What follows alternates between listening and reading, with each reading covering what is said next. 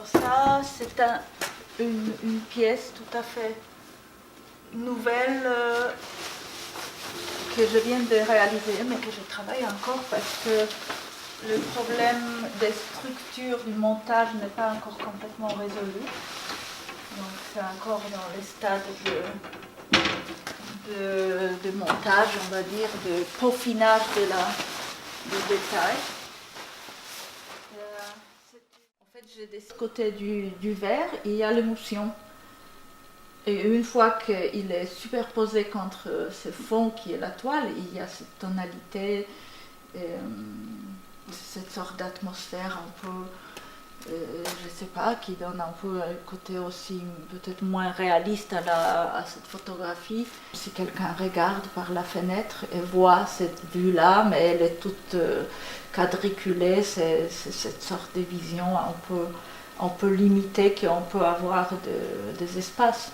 Et la récomposition du tout sur le fond peint.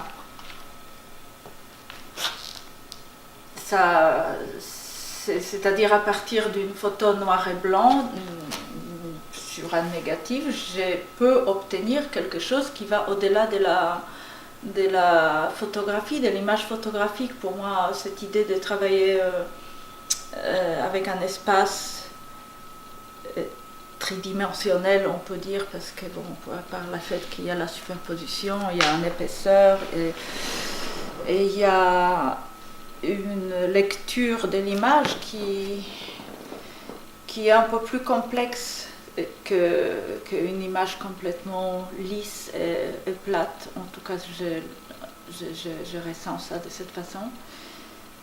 C'est une image plus immatérielle aussi, même si elle est beaucoup, même si en fait elle est très matérielle par le verre, par la toile, par les matières métalliques, etc.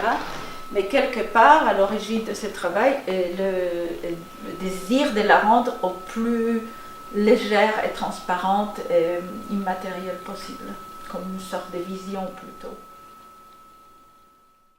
De la même image que je viens de montrer, mais je les ai fait quelques-unes en double, en voulant un petit peu varier sur les tons, les contrastes, etc.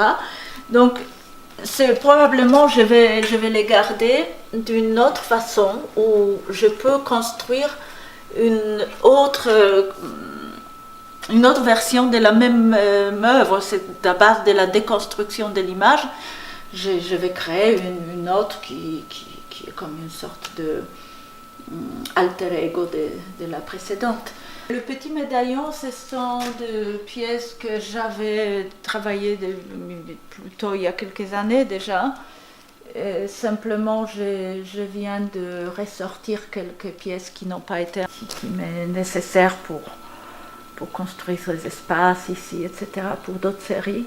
Donc du coup, mon mur est devenu comme une page où je dessine, j'efface, je dessine. Et ça m'a rappelé les dessins que je faisais il y a quelques années sur des calques ou sur des papiers. Et bon, alors donc ces tableaux, je dis toujours de mes travaux tableaux parce que je ne sais pas, par le fait que je travaille avec les matières peut-être pas complètement photographique comme le papier, je pense toujours à l'aspect du tableau. Et ça, c'est la toile de coton assez grosse, préparée préalablement avec émulsion argentique au pinceau et développée, fixée dans les labos, comme ce typique procédé de la photographie analogique à l'ancienne, on va dire, puisque très peu de gens utilisent encore ces procédés maintenant. Et le thème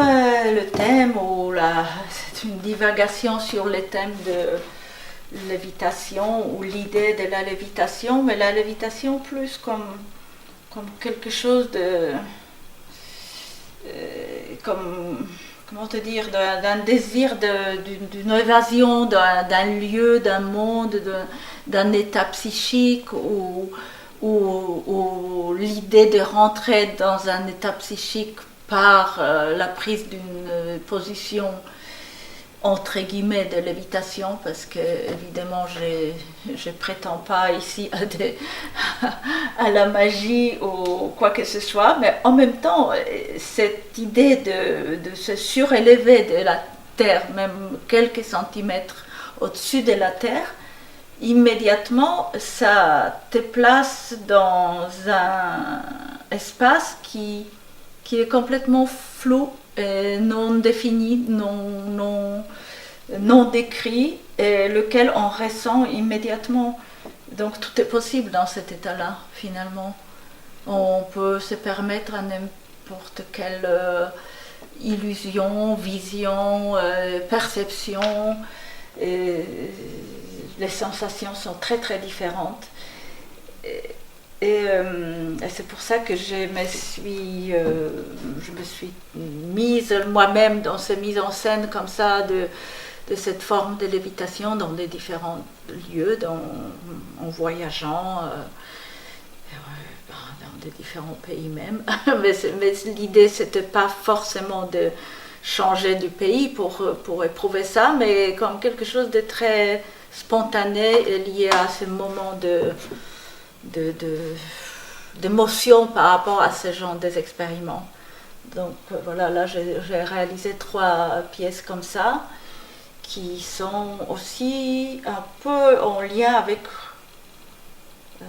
quelque chose de cosmique qui nous envahit, qui nous perturbe peut-être aussi, en tout cas qui influence.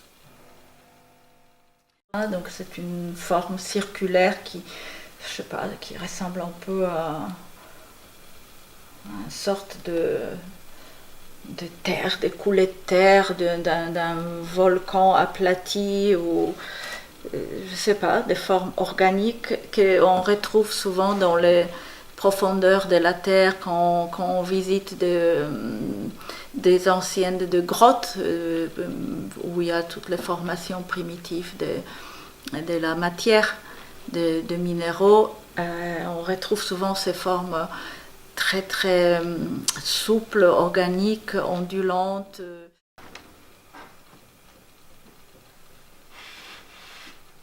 Voilà.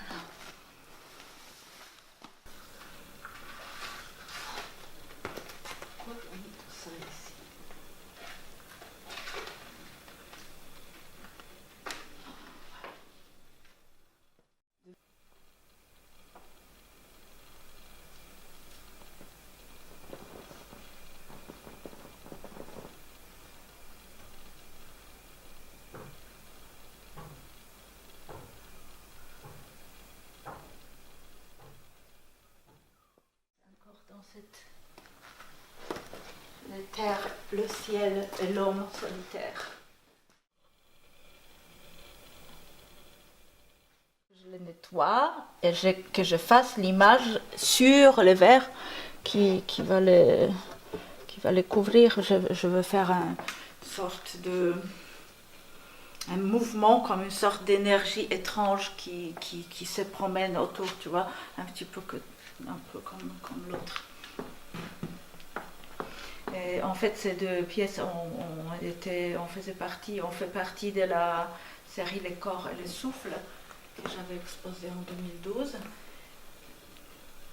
Et il s'agissait là j'ai travaillé, je me suis intéressée beaucoup à des magnétiseurs, des sourciers, des gens qui ont un don d'une énergie magnétique ou une sorte d'énergie qu'ils peuvent transmettre aux autres ou qui est presque perceptible. Donc